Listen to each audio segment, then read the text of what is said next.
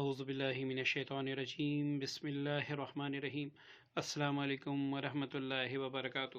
دوستو، جیسے کہ آپ اسکرین پر دیکھ رہے ہیں کہ جس کا دل چاہے کسی کا بھی نکاح وہ شادی باندھ سکتے ہیں، اور دوستو یہ ایک حقیقت بھی ہے، کیونکہ میرا ایمان ہے، میرا عقیدہ ہے، آپ کا بھی یہی عقیدہ ہوگا کہ ہر چیز میرے اللہ تعالیٰ کے امر سے ہوتی ہیں، اور دنیا کی تمام طاقتیں مل کر بھی اللہ تعالیٰ کے کلام کا مقابلہ نہیں کر سکتی۔ تو دوستو، آپ خود سوچیں کہ جب ہم کسی چیز کے لیے اللہ تعالیٰ کا کلام کا انتخاب کرتے ہیں تو آپ خود سوچیں کہ اس میں کیا تاثیر ہوگی۔ تو دوستو، جو عمل آج میں آپ کو بتا رہا ہوں، آپ نے سب سے پہلے اول سے لے کر آخر تک ویڈیو دیکھنی ہے تاکہ عمل آپ کو اچھی طریقے سے سمجھ آ جائے، اور جو میں درمیان میں نکتے بیان کروں اس کو آپ نے اپنے ذہن میں رکھنا ہے تاکہ 100% آپ اس عمل سے استفادہ اٹھا سکیں۔ سب سے پہلے آپ کو اس کے لیے لہسن کی گرے کی ضرورت ہوگی، جو آپ نے 7 عدد لینی ہے۔ ٹھیک ہے دوستو، ایسی گرے آپ نے لینی ہوگی 7 عدد، یہ دیکھیں، یہ آپ نے لینی ہوگی۔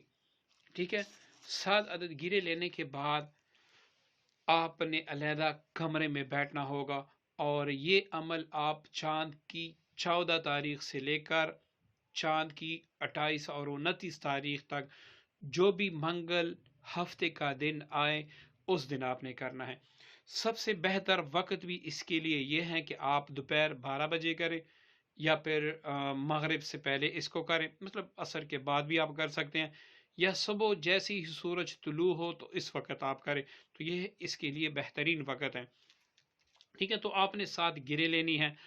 اب آپ نے جس کا نکاح باندھنا ہے، جس کی شادی باندھنی ہے، اپنے لیے یا کسی اور کے لیے، سب سے پہلے آپ اس کو دیکھیں کہ بھئی یہ مقصد جائز ہے یا ناجائز ہے۔ یہ میں اس لیے بتا رہا ہوں کیونکہ جو عمل ہے وہ بھی ایسی 2 صورتوں کا ہے جو قرآن پاک میں کلام پاک ہیں، جو اللہ تعالیٰ کا پاک کلام ہے۔ اگر اس کو آپ ناجائز کسی کا نکاح باندھیں گے یا شادی باندھیں گے تو اس کا نکاح تو دور کی بات، جو بندشیں آپ پر لگ جائیں گی آپ ساری عمر اس کا علاج نہیں کر سکیں گے۔ تو اس لیے میرا مشورہ ہے کہ پہلے آپ کسی عالم دین سے مشورہ کر لیں کہ یار میرا مقصد جائز ہے یا ناجائز ہے، کہیں میں اپنی دلی تسکین کے لیے تو یہ عمل نہیں کر رہا۔ تو اگر آپ دلی تسکین کے لیے کر رہے ہیں تو اس عمل سے آپ دور رہیں، کیونکہ جو نقصان پھر آپ کو ہوگا وہ انشاءاللہ اس کا ازالہ پھر آپ نہیں کر سکیں گے۔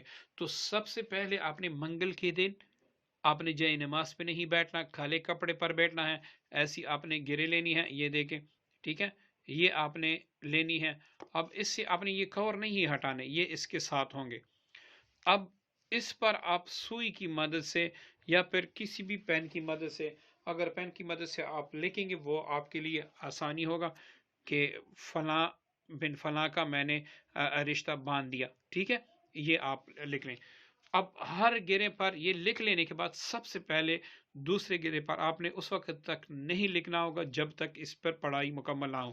اب آپ نے کیا کرنا ہے، آپ نے یہ کہنا ہے کہ یا اللہ میں نے فلاں بن فلاں کا رشتہ اپنے لیے یا کسی اور کے لیے باندھ دیا، بحق الم تر کیف فعل ربک باصحاب الفیل۔